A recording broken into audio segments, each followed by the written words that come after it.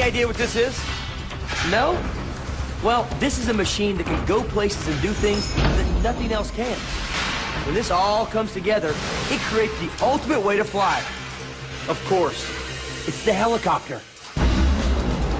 The most versatile flying machine ever invented.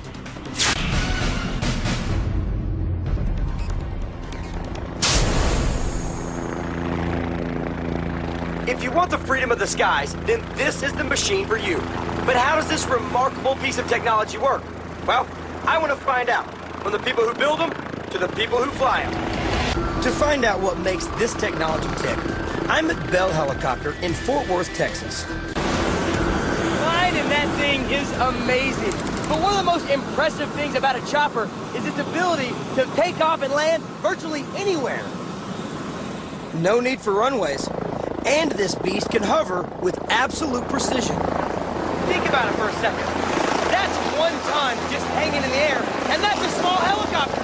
I mean, how does it do that? Helicopter expert Nick Lapos is the man to tell me. The secret of a helicopter, of course, is the rotor.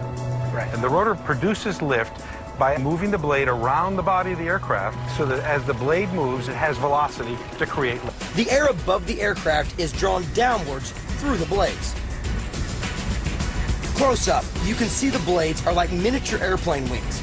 The air on top moves faster than the air underneath. And this is what creates lift. But on their own, the main rotors aren't enough.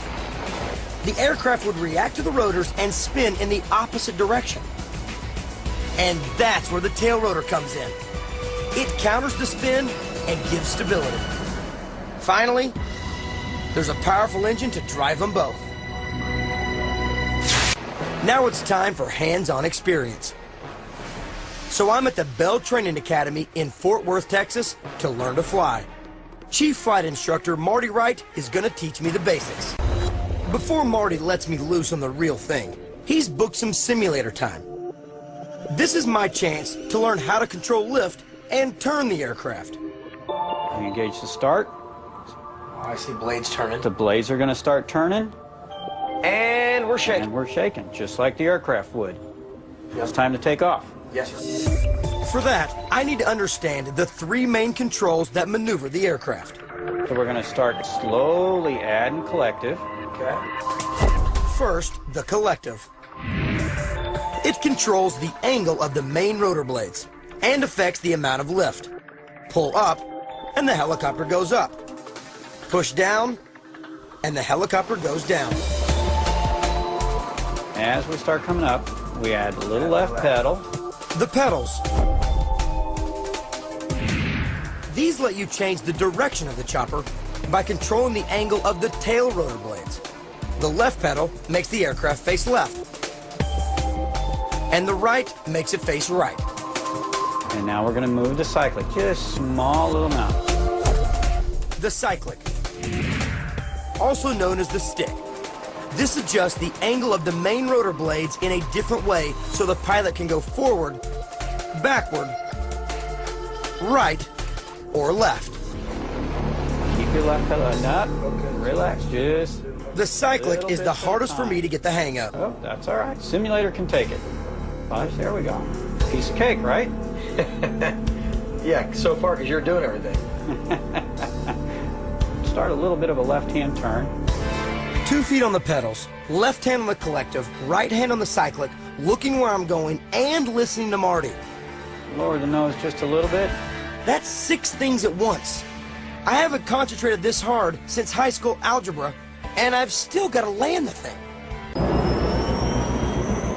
Getting your pilot's license can take as long as 6 weeks. I wonder how my skills will stand up after just 1 day. All right, so this is it, huh? This is it. This is the real deal. No more simulator. No more simulator. You can actually die this time. All right. So, hands on the controls. You can feel what's going on. Relax and let me move them. Okay. There we go. And we're up. Marty is in full control until we get to the training area. There we go. And then we'll taxi on out this way. And we'll climb on out here. Well, that was easy enough with you doing it. So you literally just buzz around at wherever you want to go to. Pretty much. That's the joys of a helicopter. This sure beats traffic, I'll tell you that.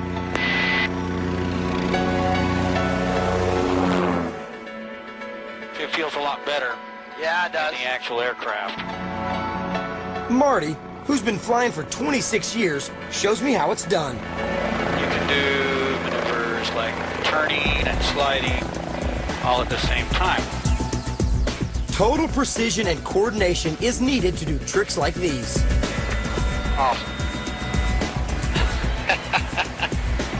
It's like you're dancing. Absolutely. All right, so we've seen other professionals do it, and this man can clearly do anything he wants with a helicopter. Now I'm going to give it a try and see if I can, well, if I can even get it off the ground. Marty, what do you think? Oh, well, let's give it a try. All right, Okay, you're on the controls. on the controls. Okay, let me control the collective and the cyclic here. You work on the pedals. Okay. Work your pedals, a little left, a little right. Get a feel for it. The simple stuff I can manage. Now, I've got the pedals back. Okay. So you're going to play with the collective now. Just a touch and we start climbing. Collective. Up, down. Seems easy enough. You're doing pretty good with that collective, all right? I've got the collective back.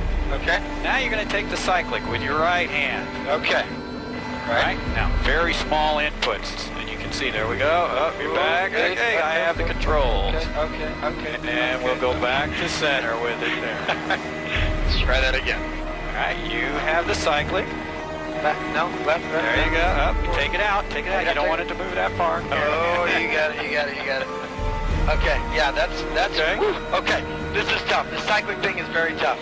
I can see how quickly a helicopter can get out of control. Marty takes it up a notch. So now, let's try to add a couple of things together here. Okay? Yeah, because the cycling went so well. Put your feet on the pedals. All right, now, you ready for the whole ball of wax? No, hold on. Hold on. All right, here we go. It's all about this hand right here. This is cycling hand. You ready? I am ready. Okay, you have the controls. Huh? A little forward. Okay. Come on, bring it back. Okay. Fine. Happy medium. So let me guess, we're no longer in... I have the controls. I'm no good, Marty. I'm no good. I'm doing my best, but I'm not any good. Lesson over.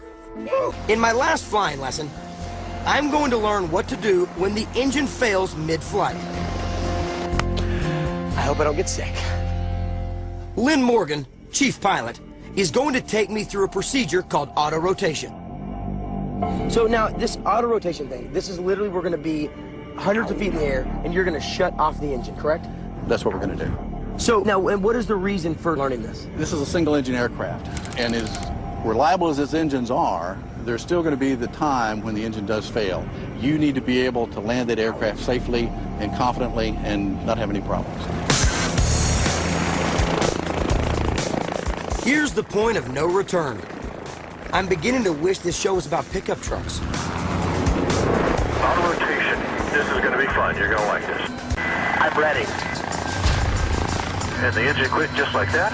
I'll lower the collective down. Okay. We fall at a stomach-churning 50 feet a second. With no engine power, the blades are now being driven just by the air rushing through them.